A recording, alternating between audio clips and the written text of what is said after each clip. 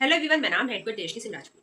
हाल ही में काफी ज्यादा चर्चा देखने के लिए मिल रही है यूपीआई पेमेंट को लेकर, जहां पे ऐसा कहा जा रहा है कि सरकार कानून में कई बड़े बदलाव करने जा रही है यूपीआई पेमेंट को लेकर। जहां हम सभी जानते हैं, अगर हम किसी भी सर्विस का यूज करते हैं, चाहे फोन पे हो, पेटीएम है या फिर कोई भी ऐप है, उस सर्विस का अगर हम यूज करते हैं तो उसके पीछे कई सारे सिस्टम्स वर्क करते हैं जिनका कॉस्ट लगता है, और उस कॉस्ट को अभी तक हम जो कस्टमर्स है वह अभी तक नहीं पे करते थे।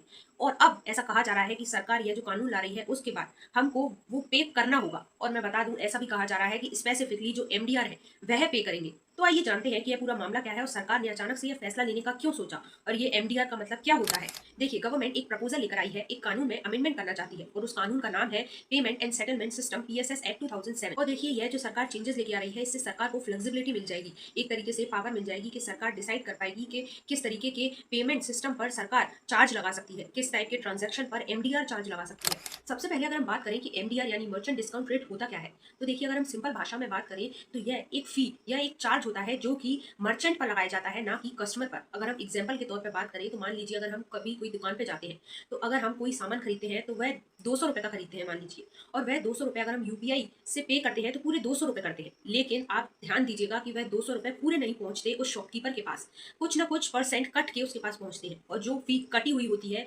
जितने परसेंट पे वो कटी हुई होती है, उसी को बोलते हैं मर्चेंट डिस्काउंट रेट। यानी कोई भी जो फी है वह कस्टमर पर नहीं लग रही है बल्कि मर्चेंट पर लगाई जा रही है। पर क्वेश्चन ये आता है कि क्या यूपीआई अभी तक सभी के लिए फ्री था, या फिर उस पर चार्ज लगा करता था अभी तक, और अगर चार्ज लगता था तो वो चार्ज कौन देता था। तो देखिए, जब भी अगर हम कोई भी यूपीआई पेमेंट करते हैं, या फिर फ्रेंड्स को या फिर शॉपकीपर को या किसी को भी, तो उसमें कई सारे उसके पीछे कई इंस्टीट्यूशंस शामिल होते हैं। और मैं बता दूं, इन सभी का अगर हम साल भर का लगा दें तो पूरा जो इंफ्रास्ट्रक्चर रेट है वह लगभग हंड्रेड्स ऑफ करोड़ में पहुंच जाता है। तो क्वेश्चन ये आता है कि यह पेमेंट करता कौन है, कौन इसकी फी बेयर करता है। तो देखिए, चाहे बैंक्स है या फिर पेमेंट बैंक्स है या फिर सरकार है, जो कहीं ना कहीं कुछ करोड़, थाउजेंड्स ऑफ करोड़ बचा के रखती है, और ये सभी मिलकर अभी तक यह पेमेंट करते थे। और हम सभी जानते हैं यूपीआई का कितने बड़े स्तर पर यूज किया जाता है। यहाँ तक कि मैं बता दूं, अभी तक का सबसे बड़ा ट्रांजैक्शन जुलाई मंथ में किया गया है, जहाँ पे 29.99 लाख करोड़ का ट्रांजैक्शन, यानी ऑलमोस्ट 30 लाख करोड़ का ट्रांजैक्शन हुआ है।